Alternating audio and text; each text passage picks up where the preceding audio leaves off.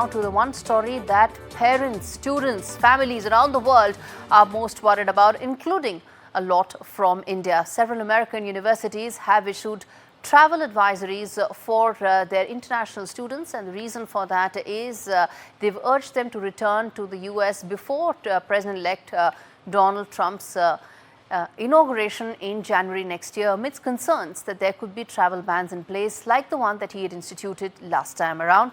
Trump will take the oath of office on the 20th of January, has announced that he will sign several executive orders on the issues of economy and immigration on his very first day as the 47th president of the United States.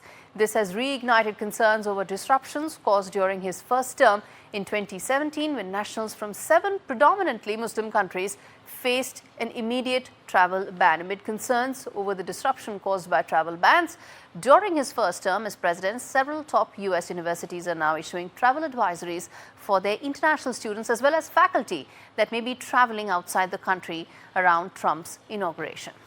All right, Sudhanshu, let me then start by asking you this, that what does this mean in terms of the advisories that have been issued by universities, both for students as well as for faculty members?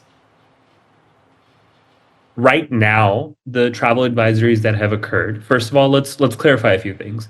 One is these are very few, a handful, 3 to 4 universities, and not even university travel advisory, but advisories from the International Student Office of the university that have come out to kind of let the international students that they are already part of to be a little bit more apprehensive, a little bit more aware of the situation and to be careful of it. What does the travel advisory say is to come back before the inauguration of Donald Trump because of the rhetoric against immigration. Now, I think you need to break that down further. First of all, I think it's a little bit of fear-mongering. The reason I say that, knowing that there has been a somewhat student ban in place in the previous administration, completely acknowledging that, but I think it's fear-mongering because right now, the situation is completely different from when the student ban came in.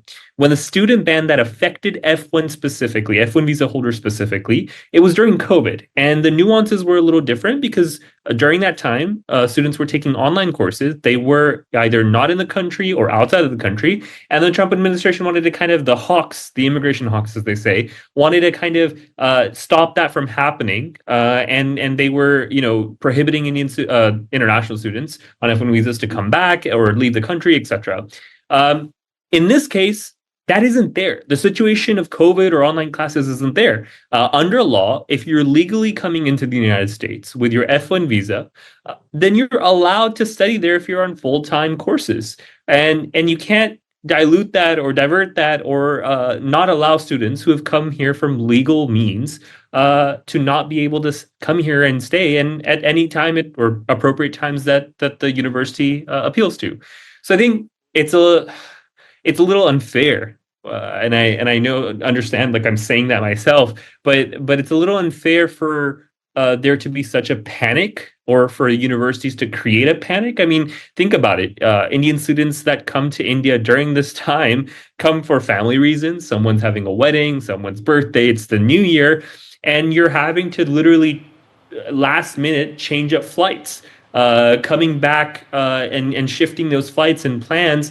I mean, it does cause unnecessary unease. Right now, the rhetoric that has been against immigration has been against undocumented, illegal immigration and stopping and preventing that. All right, Sudhanshu, thanks much for giving that perspective that it could just be fear-mongering as far as those advisories are concerned.